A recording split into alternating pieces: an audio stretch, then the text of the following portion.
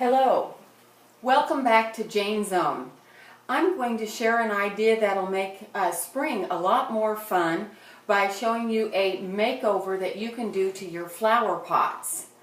I went into the shed for my garden tools this week and I saw the flower pots that I have for this spring, and it really almost psyched me out of the growing season. I really couldn't imagine putting flowers in these old pots. They were stained and chipped and dirty and dusty, and they had a lot of cobwebs in them. So I'm going to show you how you can do a flower pot makeover that will be enjoyable and fun, and you may even have all the supplies you need in order to do it. The first thing you'll need is, of course, the flower pots and a saucer. If it has a saucer, you'll want to join those together in this project so they match up. The next thing you're going to do is scrub out that flower pot as good as you can with a scrubby sponge or a Brillo pad. Some of mine were so bad I had to really use a lot of elbow grease. You know what a terracotta pot looks like. They're a porous surface. They are a very sturdy, nice pot to grow flowers in because they have good drainage. So any size, a small, medium, or large pot will work. After you get your flower pot all scrubbed out, then you'll need to prime if you can. You don't have to, but if you prime a surface that's porous, it will adhere to the paint better. You can either use a spray primer or a can of primer that you will apply by hand with a paintbrush or sponge. You'll need a couple coats of primer with drying time between each coat, about 10 or 15 minutes. After your primer is dry, then you're going to want to select a base coat for your pot. You can either spray it on or hand brush your base coat color over your primer. I happen to have two in my garage that were still, yeah, you got it, a little bit in each, and they were a neutral, and I liked the color. I wanted to go neutral because the effect I wanted was from an inspiration I had around the house, and I'll show you how I came up with the colors. Here are a couple of shades, that shabby chic muted color that I like, that antiquated whites and sages, a little bit of touch of yellows. That's the kind of sort of theme I was thinking about. I also have this flower pot that I cleaned up that I like, that has that antiquated terracotta color, that peach. That's really goes well with everything. It's neutral. So I wanted to use those color schemes.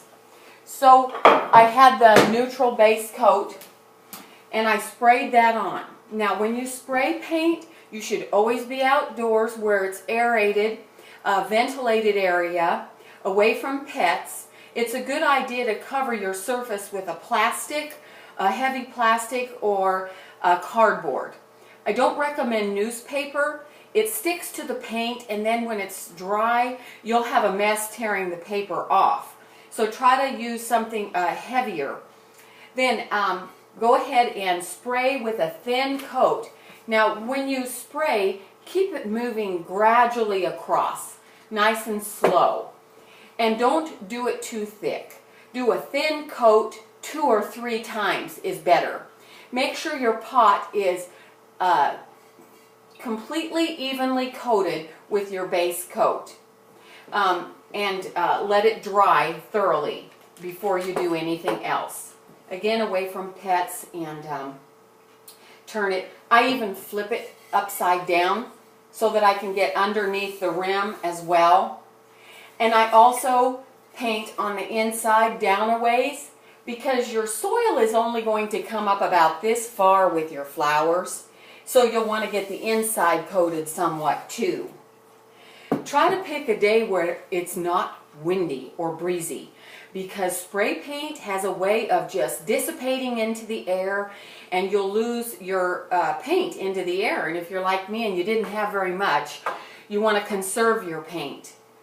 I really, recommend paint that is non-aerosol due to the environmental concerns, but if you've got some left over, use it up. After you get your base coat on, we're ready to sponge paint. You don't have to be an artist. I'm going to show you right here and now how to sponge paint. It's very fun and easy. To sponge paint your little color, you'll first need to have a sponge. I had a couple of C sponges, a large one and a small one. C sponges can be purchased in Michael's or Hobby Lobby, or you can use a sponge that you have. Just cut a square off of your kitchen sponge and it works to dab. You'll also need some acrylic paint. I recommend acrylic because oils can be kind of messy to clean up, and it's not like you're painting the Mona Lisa. I chose some pastels that are I'm fond of, a forest green, and then I chose this dark terracotta, and my other one was this color.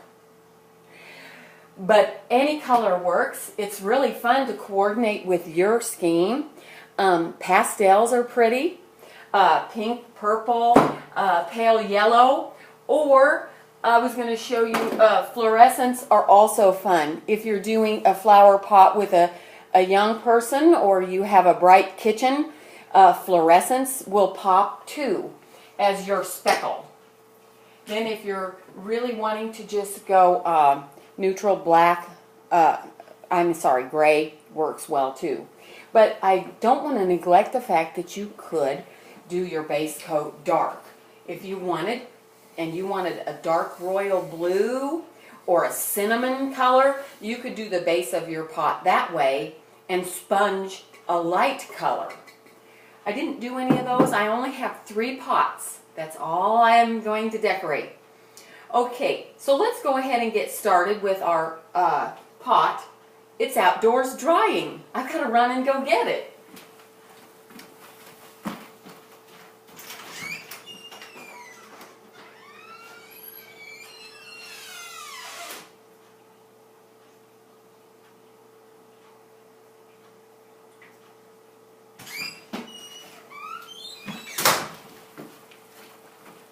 Okay, this one is the one I'm going to demonstrate sponge painting.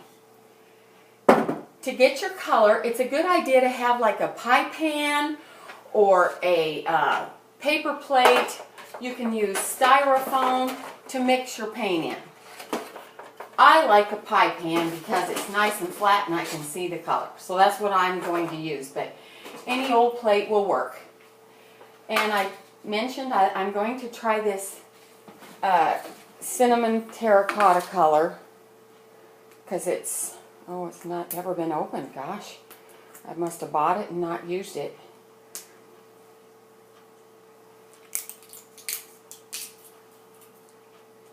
It's old. I hope it's not dried out. Okay, here we go. A little squirt. Yes, it's not dried out. A little squirt. Might be a little bright, but then I'm going to mix it with a neutral because I want the paint to look like it was antiquated, not just fresh. I want it to look old. So here we go. I really hope this isn't too dark. Kind of is. Kind of is too red. I'm going to give it a little shot of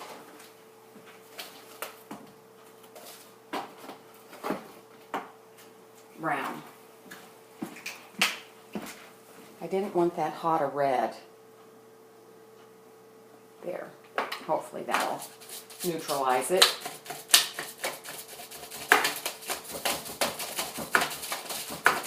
Yeah, that's better. A little bit more brown. This is when it gets to be creative and fun because you are able to decide what you want the effect to be in the end. I like the bigger sea sponge because you have more space to work with. Still got to get some of that red in there. Now, when you pat on the pot, you use the same action as you do like you're sprinkling salt and pepper on some eggs, say. If you know that action that you use for salt and pepper, boy, mixing the colors, the challenge here. I didn't have to do that with the other ones, but I'm kind of picky. I don't want a hot red. Okay, here we go. Hold your breath. Yeah, that's okay.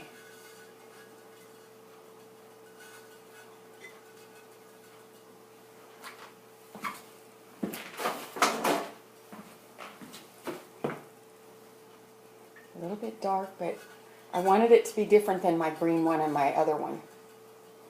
A cinnamon, like paprika. Just light. Turn your sponge a little. Not too thick, not too thin. You can put your hand inside the pot so that you can sort of turn as you go.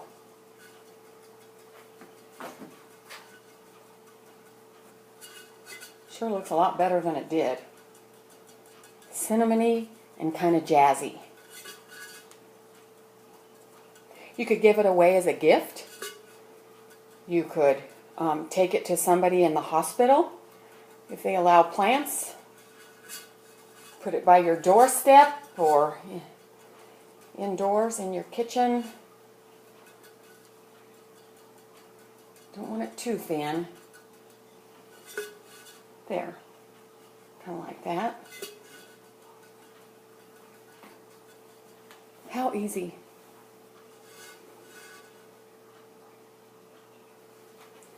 Okay, now after that's dry, then you're welcome to keep going with it or stop. If you want to ornament the rim, I tried seashells. Our family has gone to the beach on vacation in the past, and I wanted to try putting seashells on the rim. You can try putting glass marbles, the flat glass marbles around it, or buttons. What else works? I had a list here, but I lost my list. Well, be creative, you know, decorate it if you'd like. I'm going to show you now how to glue the seashells onto a pot. I'm going to have to move the video.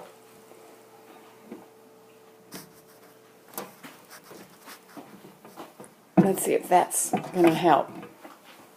I've got a glue gun over here. Now, glue gun safety is pretty important. You want them away from children, high up off the ground, away from pets. They're extremely hot. You want to take your time. This is not the kind of project you want to do quick before company gets here or before you have to run out the door to work. You can see I have mine on a ceramic dish. You can use a saucer. You can use a plate, something that you know you won't be able to clean up easily. When the glue stick gets on a surface, you won't get it off. I mean, you might if you work for years, but so whatever you're working on could be ruined. Okay, that being said, I'm ready to go ahead and glue just a couple, 3 seashells on here to show you how to do it.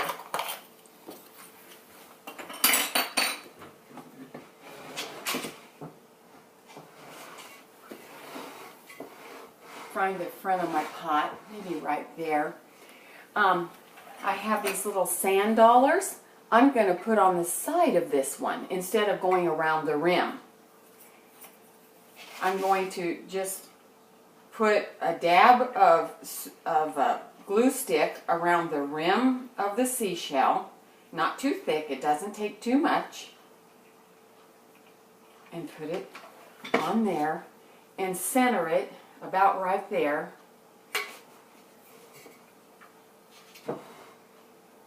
I might have to fill it in a little bit later with a, it's not quite enough. I'm going to add a little bit more. Let's put a little more on there. They're pretty hard once you put them on where you want them to get off. Like, it takes the paint with it. So decide where you want it and stick to the idea. Okay, so there's one. Not sure I like this idea, but at least you kind of know how to glue the seashells on there. Maybe something a little flatter is better, but I had these seashells I wanted to do something with.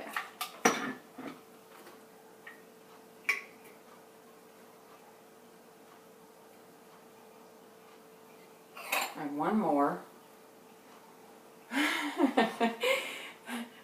Okay. Anyway, I'm glad you stuck with me on this project. Experiment with it and personalize it and make them special for you and your family. So, enjoy decorating your old flower pots and have a nice day.